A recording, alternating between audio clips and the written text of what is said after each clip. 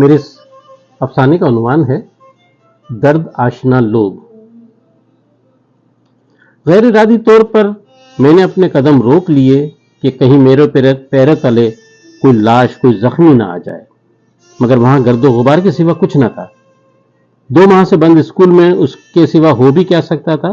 مجھے لمحہ بھر کو ایسا لگا کہ جیسے کچھ لوگ خون میں لت پت ادھڑی ہوئی لاشوں کے سیاہ پلاسٹکوں میں لپیٹ کر سفید میڈیکل ٹیپ سے باندھ رہے ہوں، ہلکے پلائی ووڈ کے تابوتوں میں رکھ کر کسی عارضی اجتماعی قبر کی خوراک بنانے کے لیے۔ نائمہ کی ای میل کے لفظوں کا کرب اب بھی میرے ساتھ ساتھ تھا۔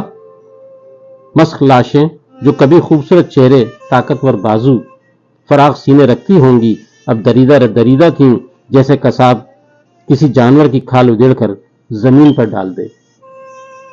مجھے لگا قصاب کا اگلا مرحلہ گوشت کے پارچوں کو نوکیلے کانٹوں میں پرو کر منڈی میں سجانے کا ہوگا۔ عالمی منڈی میں لبنان کا نرم و گداز حسین سستا گوشت۔ میں کانپ کر رہ گیا۔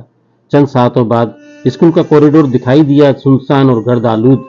جا بجا چپس کے خالی ریپر اور چیونگم کی مڑی تڑی پنیاں، کھڑکیوں کے ٹوٹے شیشوں کی درزوں سے دھوپ کی کرنیں کوریڈور کے اندھیرے کو تلوار کی تیز دھار کی طرح کاٹتی ہوئی گزر رہی تھیں۔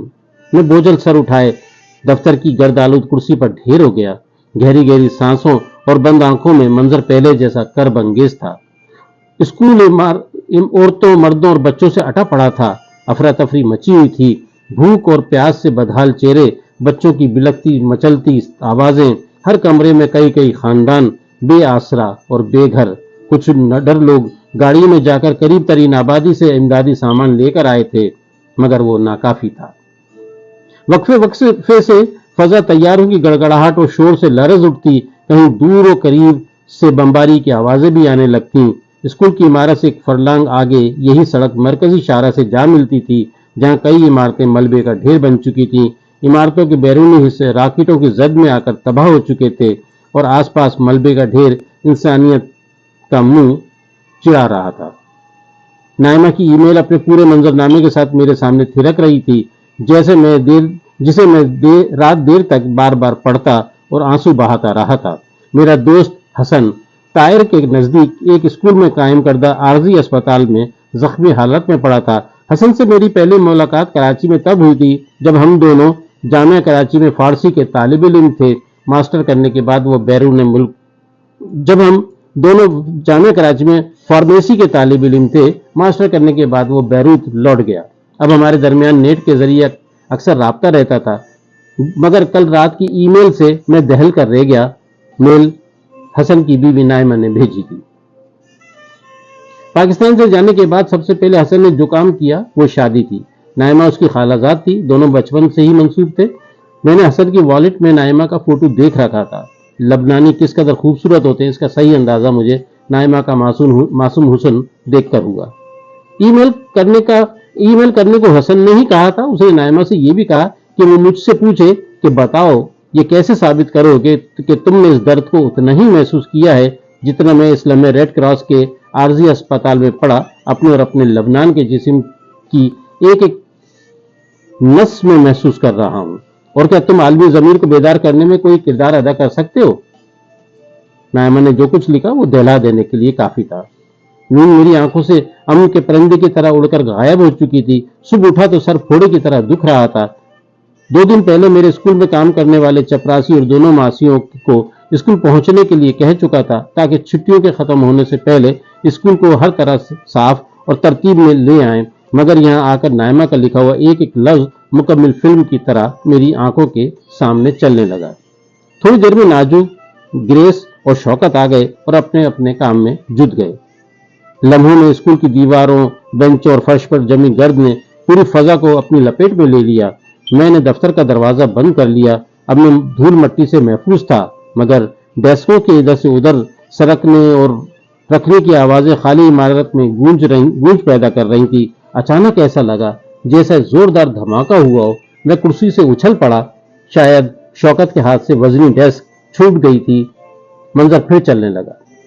اسرائیلی طیارے نے چلتی ہوئی ٹیکسی کو نشانہ لیا تھا۔ دھماکہ ہوا اور کار اچھل کر سڑک سے نیچے اتر گئی۔ کار کا اگلا حصہ بری طرح تباہ ہو گیا تھا۔ نائمہ کی بھیجی پوری ای میل میرے ذہن میں دوڑنے لگی۔ ان حالات میں حسن کو طائر نہیں جانا چاہیے تھا، لیکن جب اسے پتا چلا کہ فرانس سے ایک امدادی ٹیم جرمنی کے بحری جہاز کے ذریعے طائر کی بندرگاہ پہنچ رہی ہے تو اس سے رہا نہ گیا اور چلا گیا، مگر وہاں پہنچنے سے پہلے ہی ایک راکٹ نے اس ٹیکسی کو ہٹ کیا۔ ڈرائیور کی وہیں موت ہو گئی۔ حسن بری طرح زخمی ہوا۔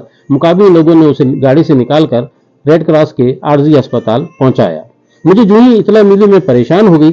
شاید تمہیں اندازہ نہ ہو کہ میں وہاں کیسے پہنچی۔ یہ عارضی اسپتال ایک اسکول میں قائم ہے جو آئی ڈی پی کے تحت ریڈ کراس والے چلا رہے ہیں۔ حسن سے ملنے کے بعد میں نے دوسرے زخمیوں کو دیکھا تو مجھے حسن کے زخم بہت معمولی لگے۔ اسکول کے ایک حصے میں وہ لوگ آباد ہیں جن کے گھر تباہ ہو گئے یا شہر خالی کرنے پر مجبور ہوئے۔ انہیں دیکھتی ہوں تو بدن کا خون آنسو بن کر بہنے لگتا ہے۔ میرے شوہر کے زندہ بچنے پر خدا کی شکر گزار ہوں، مگر لبنان کے زخموں پر ماتم کنا بھی ہوں۔ میں تمہیں یہ بتا کر شاید حیران کروں کہ جس حسن اس حالت میں بھی ہنس رہا ہے۔ اس نے مجھ سے آئندہ کے بارے میں بات کی، مستقبل کے خواب سجائے۔ اس نے مرنے والے ڈرائیور کی خوشبو بھری باتیں سنائی۔ اس بوڑھے شخص نے زندگی کا جو آخری نغمہ گایا وہ سنایا۔ اس نے تمہارے بارے میں باتیں کی جب تم نے اسے یونیورسٹی کے گیٹ پر بدماشوں سے بچایا تھا۔ وہ تمہیں اور اس ڈرائیور کو یکساں اپنا محسن مانتا ہے، مگر وہ یک اداس بھی ہو جاتا ہے۔ مجھ سے کہتا ہے نائمہ میں کئی دن بھوکا رہ سکتا ہوں، مگر لبنانی بچوں کو دودھ نہیں ملا تو کیا ہوگا؟ زخمیوں کو دوائیں نہ ملی تو زخم کیسے بھریں گے؟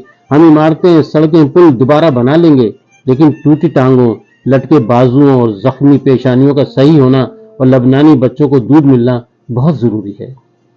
ایک بار پھر میری آنکھوں میں ای میل کا ایک ایک حرف اسی طرح اتر رہا تھا جیسے رات کو کمپیوٹر کی اسکرین پر دیکھا تھا۔ رات سے اب تک میری آنکھوں پر آنسوؤں کا قبضہ اسرائیل کی طرح برقرار تھا۔ اچانک فون کی گھنٹی بج اٹھی۔ دوسری طرف میری ماں تھی۔ تمہاری بیوی نے معصوم سے بچے کو صبح سے بھوکا رکھا ہوا ہے، دودھ نہیں دے رہی ہے، تم دونوں کو ایک بچہ پالنا نہیں آتا؟ امی آپ بھی حد کرتی ہیں، میں کیا پاگل ہوں جو اسے بھوکا رکھوں گی؟ لائیے فون مجھے دیجیے۔ پیچھے سے میری بیوی کی آواز سنائی دی۔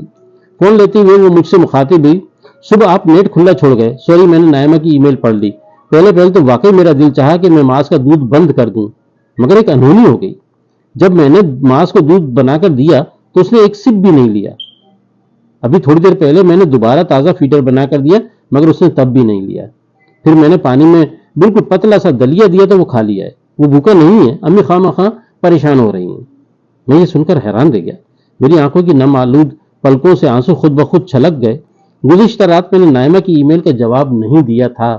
میری حالت ہی ایسی نہیں تھی کہ کچھ لکھ بھیجتا، مگر اب مجھے الفاظ مل گئے تھے۔ میں حسن کو نائمہ کے ذریعے یہ پیغام دینا چاہتا تھا کہ میں مانتا ہوں کہ میں ایک پرائیویٹ اسکول کا ایڈمنسٹریٹر ہوں اور میرا کردار بہت محدود ہے، لیکن میری بیوی اپنی صحافیانہ ذمہ داریوں کو محسوس کرتے ہوئے اپنا کردار ضرور نبھائے گی۔ یہ سچ ہے کہ میری بیوی کو دودھ نہیں اترتا اور ہم نے اپنے بیٹے جس کا نام معاذ تم نے تجویز کیا تھا کو بازار کے ڈبوں والا دودھ پلانے پر مجبور ہیں۔ لیکن تمہیں یہ جان کر حیرت ہوگی کہ میرا بیٹا لبنان کے ان تمام معصوم بچوں کے ساتھ قدم سے قدم ملا کر کھڑا ہے جن کے لیے دودھ میسر نہیں۔ ہم یہ بیوی تمہاری صحت کے لیے دعا گو ہیں اور ہمارا بیٹا لبنانی بچوں کے شانہ بشانہ۔